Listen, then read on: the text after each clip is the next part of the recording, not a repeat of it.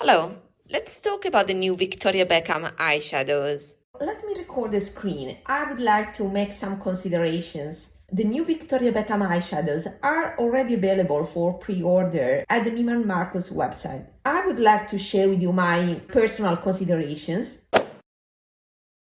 Let's proceed further with the discussion of the colors. So for this first release, we have 4 color stories. Navy Noir is the blue quad, Victoria, that looks like the counterpart of her signature palette. And then we have Olive, great addition to the color stories.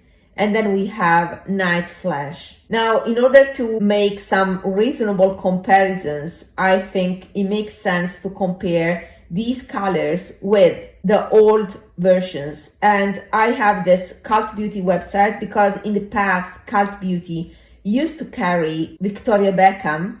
And the nice thing here is that we have all the colors that were available in the past. We had 5 colors for the eye bricks. The old eyeshadows were called eye bricks. We had Royal, that was the blue one, and then we had the Signature, that is the neutral one, neutral brown. Then the Silk, that was the attempt of the old shimmery palette. And then we had Tuxedo, and then we had Tweed. That was the reddish. When at that time it was very common to find these very warm reddish palettes, but it looks like right now she knows the trends. She knows that those very warm palettes are not trendy anymore, and we are all about the cool tones. So instead of the reddish palette, she is releasing the olive one that looks like the warmest of them all in these new palettes, in these new quads. First of all, there's separation among the colors, while in the old palettes there was one single pen, metallic pen, and the colors were put side by side without any division. I'm trying to enlarge, and let me see if I can spot metallic pens. And these are high quality images for sure. It's just that I don't see any metal all around the pens.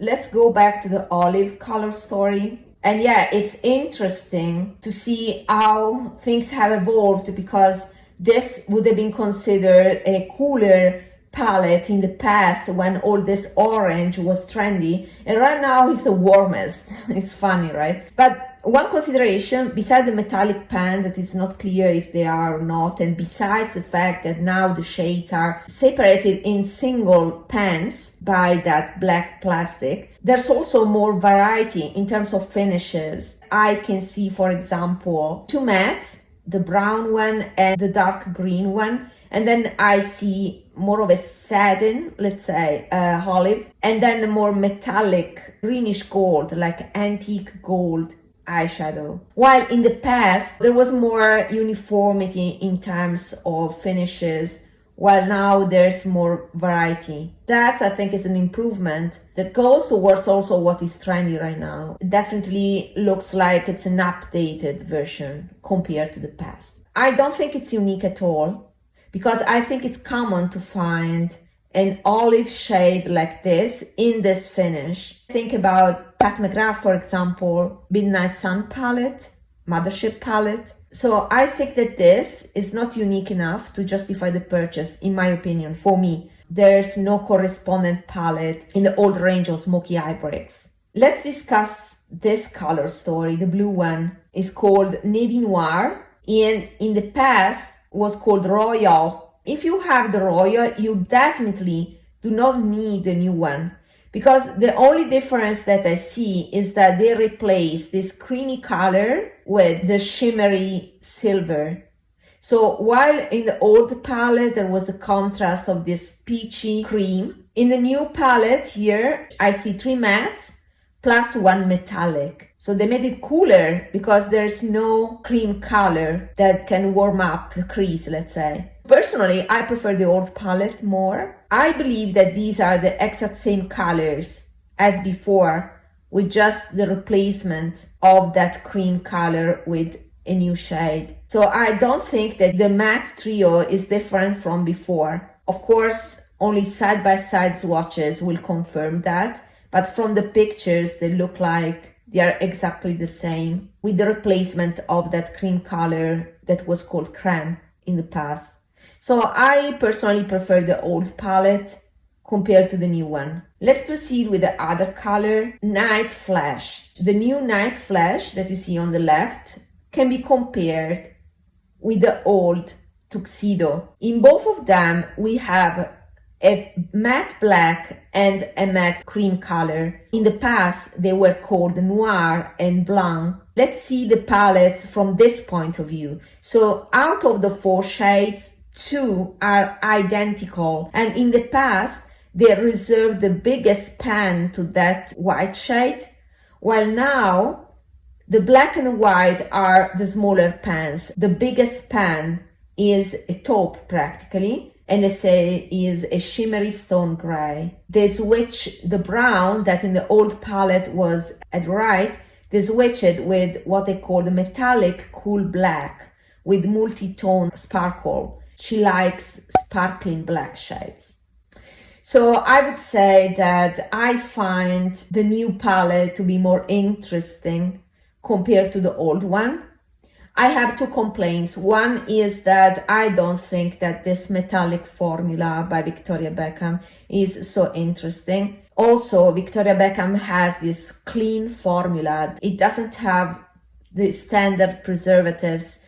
That means that it may be prone to expire faster compared to other type of formulas. I would invest in a palette like this only if you are sure to use it consistently. Of course, I think this is more fun compared to the old one.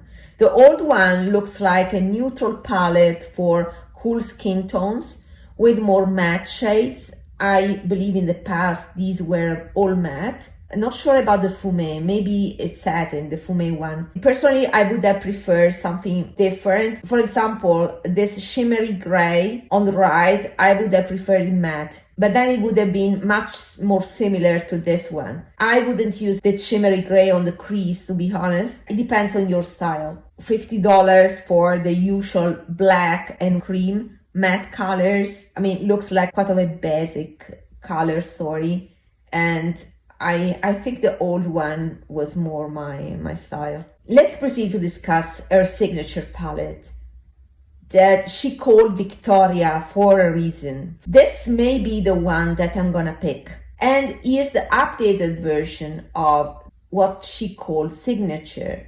What did she change from the old version? The old color that was called Cami, she has darkened up that light shade, and she removed the pink one. I think it was useful in the past to make the palette more neutral, so you could choose actually if you wanted more of a yellowish light skin color or pinkish light skin color.